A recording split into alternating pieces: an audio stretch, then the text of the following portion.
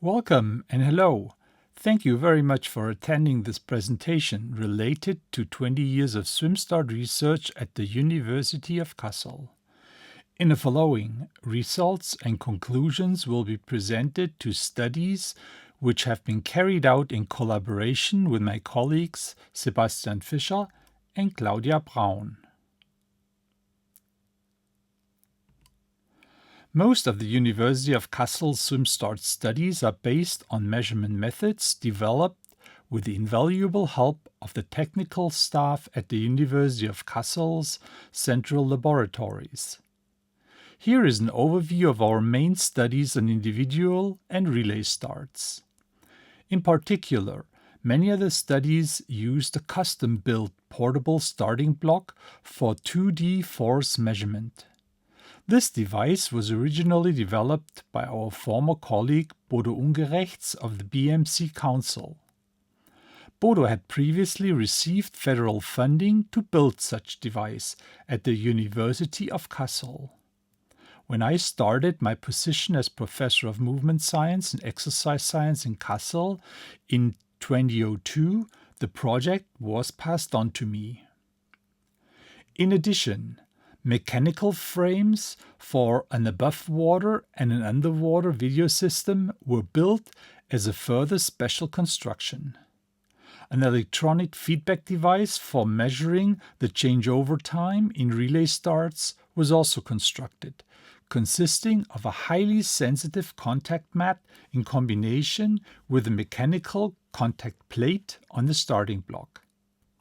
Last not least, several new software solutions were developed, such as an algorithm for estimating the endpoint coordinates of body segments to overcome distorted camera vision during water entry, and linear mixed model statistical analyses for evaluating changeover times and swim times downloaded from the FINA and Omega Timing websites. At the start of our first project in 2004, the state of art in SwimStart research clearly indicated that water immersion behavior at the SwimStart was more important than the takeoff behavior on the block. However, it should be noted as well that the study results at that time showed that the takeoff and entry behavior are interrelated in terms of center of mass takeoff and entry speed, center of mass takeoff and entry angle, and angular momentum about the transverse body axis. Since existing models of the SwimStart, for example by Guimarães and Hay, divided the total start time into only block time, flight time, and water time, an extended biomechanical model for the SwimStart performance seemed necessary, which includes not only start parameters, but also detailed entry parameters. At the beginning of 2004, swimmers predominantly used the grab start or the track start technique to take off from the old OSB-9 block. However, researchers were unable to find a clear advantage for either starting technique. While the block times were shorter for the track start, as shown by the female swimmers on the right, a more powerful takeoff with higher full horizontal center of mass takeoff velocities was observed for the grab start. However, the differences between the grab start and the track start disappeared after the glide phase, highlighting the importance of the entry behavior. Based on research conducted by Wind and colleagues in 2009, different foot weighting techniques were investigated, and it was found that a track start with a shift of the body center of mass to the rear foot was more advantageous than a track start with a forward weight shift or a grab start.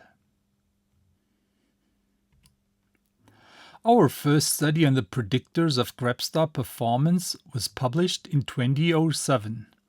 The subjects were regional elite swimmers from a nearby swimming club. Data was collected using our portable force measurement starting block, see image on the left, and above water and underwater video cameras, see images in the center and on the left, to capture kinematic parameters of the takeoff from the block during the flight phase and when reaching the 7.5 meter mark. The SwimStar performance was assessed by the time between the start signal and the head passage at 7.5 meters. The correlational analysis showed that horizontal peak force, angular momentum about the transverse body axis, horizontal center of mass takeoff velocity, block time, and reaction time were the most important predictors of SwimStar performance. In a multiple regression analysis, horizontal peak force and block time alone explained 84% of the variation in the SwimStar performance. Notably, angular momentum added another 1% of explained variance when included in the multiple regression model. Based on these results, we concluded that horizontal peak force is an important source of feedback for swimmers to improve their SwimStar performance. In an unpublished follow-up study, we aim to confirm these results by comparing 16 elite male German grab starters and track starters, all of whom had a 100-meter freestyle time only 7% off the world record at the time of the study. As before, our portable force measurement starting block was used to analyze the kinetic data, while the kinematic data was recorded by our above water and underwater video cameras.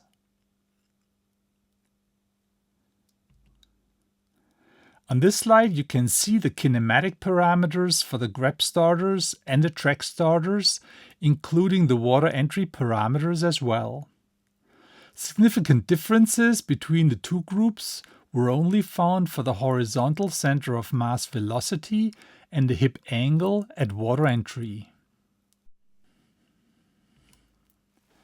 As compared to our previous grab start study for the entry behavior, largest correlations with SwimStar performance for both grab and track starters were found for the mean horizontal velocity and the hip angle at center of mass water entry.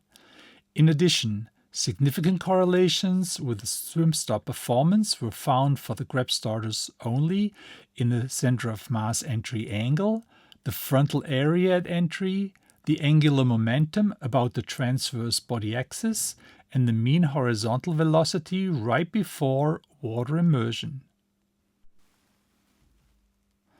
Again, for the multiple regression analysis, the variance in SwimStar performance was 61% for the grab starters and 66% for the track starters when hip angle and frontal area at entry were included in the analysis. When the mean horizontal center of mass velocity at water entry is included as an additional predictor, the explained variance in SwimStar performance increases by 6% to 67% for the grab starters and by as much as 20% to 86% for the track starters. It is noteworthy that the mean horizontal center of mass velocity during water entry had a greater additional influence on the explained variance of the SwimStar performance for the track starters, whereas the mean horizontal center of mass velocity during the flight phase had a greater additional influence on the explained variance of the SwimStar for the grab starters.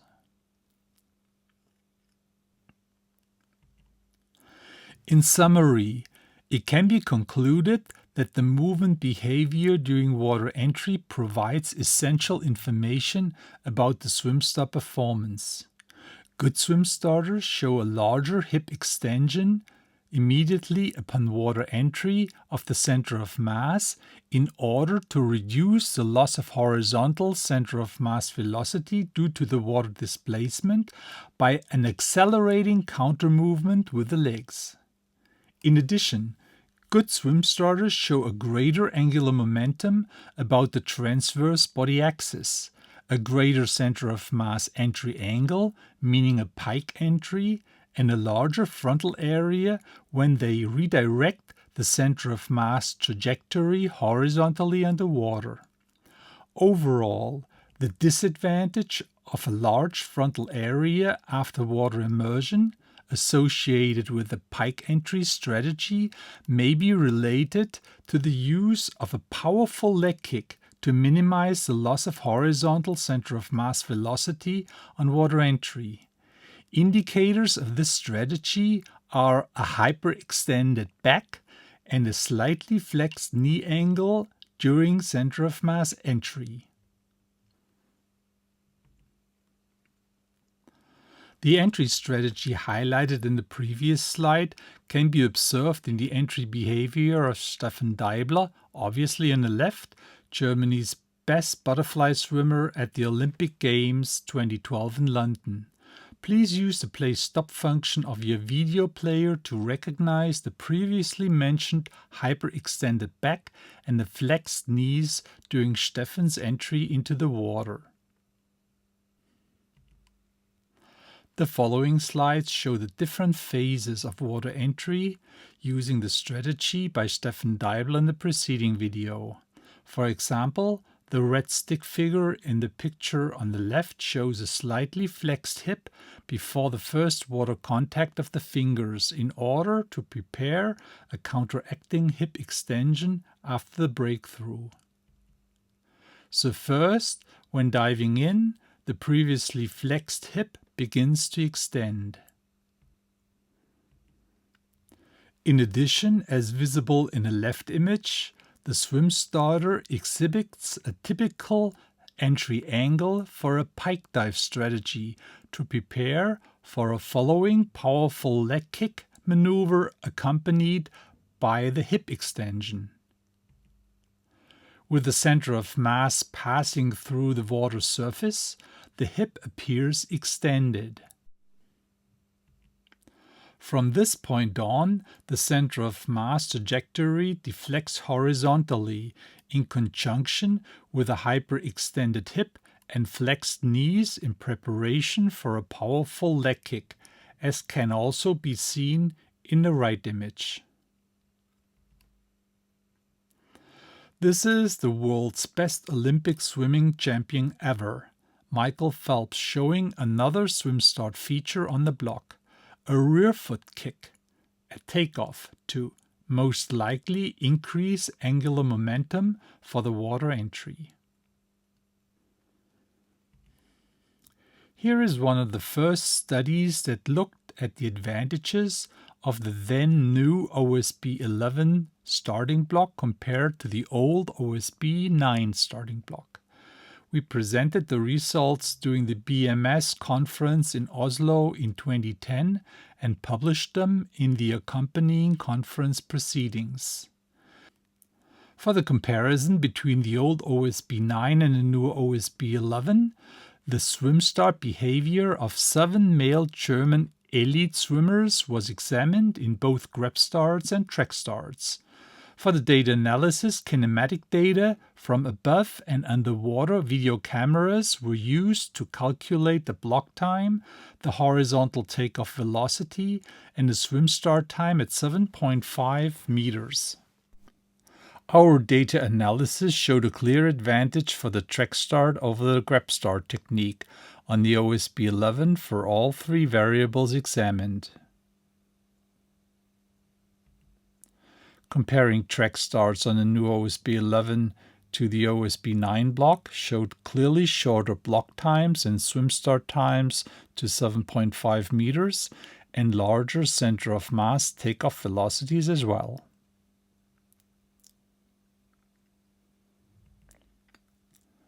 Bearing in mind that pike dives may be important, we investigated the effects of pike dives and flat dives on entry performance in another 2011 study.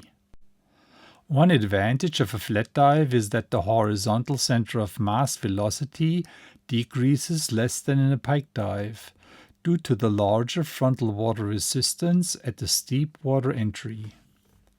The disadvantage of the flat dive concerns a greater loss of kinetic energy due to the greater water volume displaced when entering the water with a small entry angle. During a training camp at the Aquatic Training Center in Warendorf, Germany, 10 elite male swimmers were asked to perform flat dives with an entry angle of less than 35 degrees after a grab start for a 25-meter sprint. Video recordings were used to analyze the center of mass takeoff angle on the block, the entry angle determined by the angle between the fingertip to hip joint line and the water surface, the horizontal and vertical peak forces recorded by our portable OSB-9 force measuring starting block, and the swim start performance determined by the time between the start signal and the head passage at 7.5 meters. 3 training blocks of 5 starts each with a flat dive were used to determine improvements in start performance. For each trial, the swimmers were provided with a horizontal peak force feedback, the entry angle and slow motion videos from a starting block video camera and an underwater video camera. One advantage of the pike dive is that the swimmer can perform a powerful leg kick at the end of the water entry. In addition, less kinetic energy seems to be lost on water entry due to the smaller entry hole. The disadvantage of the pike dive concerns a greater loss of horizontal center of mass velocity when entering the water, as a large deflection movement is required to finally enter the horizontal glide phase. For our pike dive training group, an entry angle of more than 40 degrees was required. 3 training blocks of 5 swim starts using the pike dive technique were also used in this group to find improvements in entry and swim start performance. For each trial, the swimmers were provided with feedback on peak horizontal force, entry angle, and slow motion videos from a start block video camera and an underwater video camera. The result of our study was that both training groups showed significant improvements in their takeoff angles and their entry angles. In addition, the subjects' vertical peak forces increased, and most importantly, their swim start performance improved in both groups. An important conclusion is that due to the physics of trajectories, takeoff behavior is closely related to water entry behavior, and vice versa.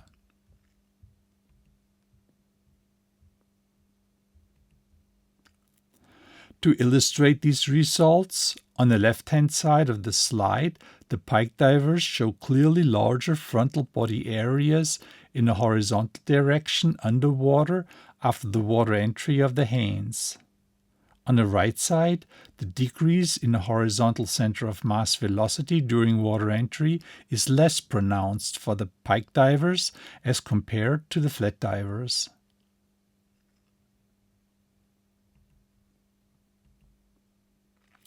Thank you very much for your interest in our Kassel swim start research. Part 1 of our swim start research concerned biomechanical analyses of OSB-9 and OSB-11 swim starts. These studies would not have been possible without the invaluable help and creativity of an outstanding Kassel working group and the technical service departments of the University of Kassel, including Christian Lorey from the electronics department and Dirk Lorchheim from the mechanics department. In particular, my heartfelt thanks go to Sebastian Fischer for his invaluable help in carrying out our research.